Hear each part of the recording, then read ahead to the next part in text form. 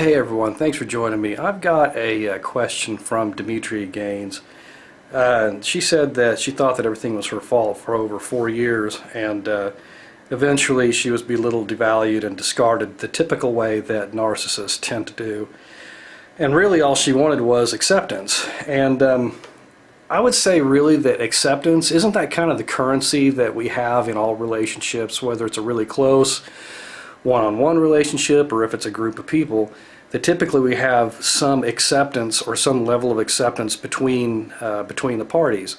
The narcissist knows this, and I think it comes down to, I was thinking about this today, it comes down to the concept of scarcity, that when something is scarce or we believe it to be scarce, then it tends to have more value to it. So the narcissist pretends that they really don't like what you do, or they don't like what you say, or it wasn't good enough. They have no appreciation for what you do.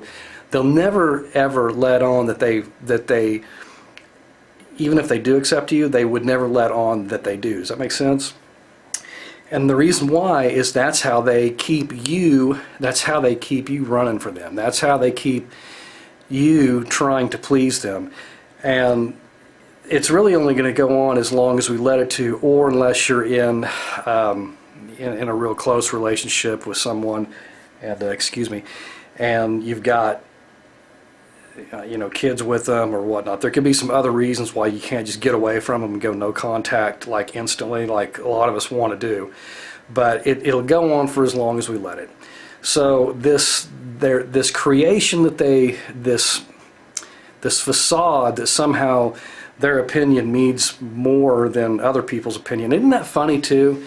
That those of us have tried to gain acceptance to some of the most ridiculous people out there. Just, these people, they don't have any talents. They're really not useful to anybody, but somehow, because it's kind of that wanting what you can't have, this person has this bad attitude towards you and they're doing horrible things to you, but somehow you still want them to accept you. It's something that anyone that's visited these channels has gone through, and then when we finally wake up and realize what a pathetic monster they are, their acceptance doesn't mean anything anymore, and that's a good way to, or that is the way to get free of these people, when we don't care what they think anymore, which is really the end game in the no contact, is to not let them have any influence.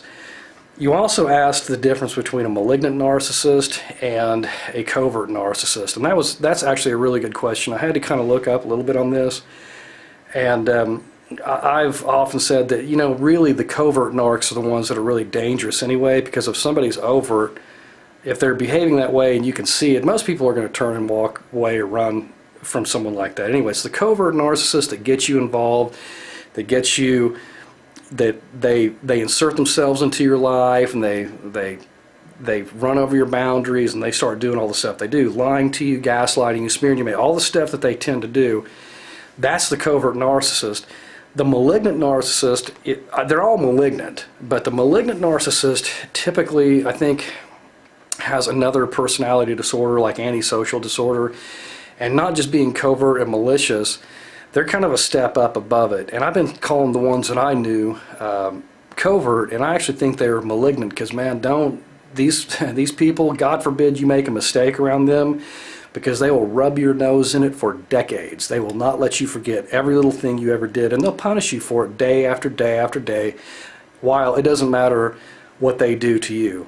The double standards are just, again, it's disgusting the way they act. So anyway, to answer your question, I don't really think there's a big difference between covert and malignant, because I think they're all malignant, and obviously they're going to keep it covert because they don't want you to know what they're doing. That's how they operate. So anyway, I hope that helps. I hope that answered your question. And again, if somebody has any questions that you'd like for me to throw my 2 cents in, I don't mind. So anyway, I hope that helps. Glad to see everyone, and I hope to see y'all again real soon. Thanks.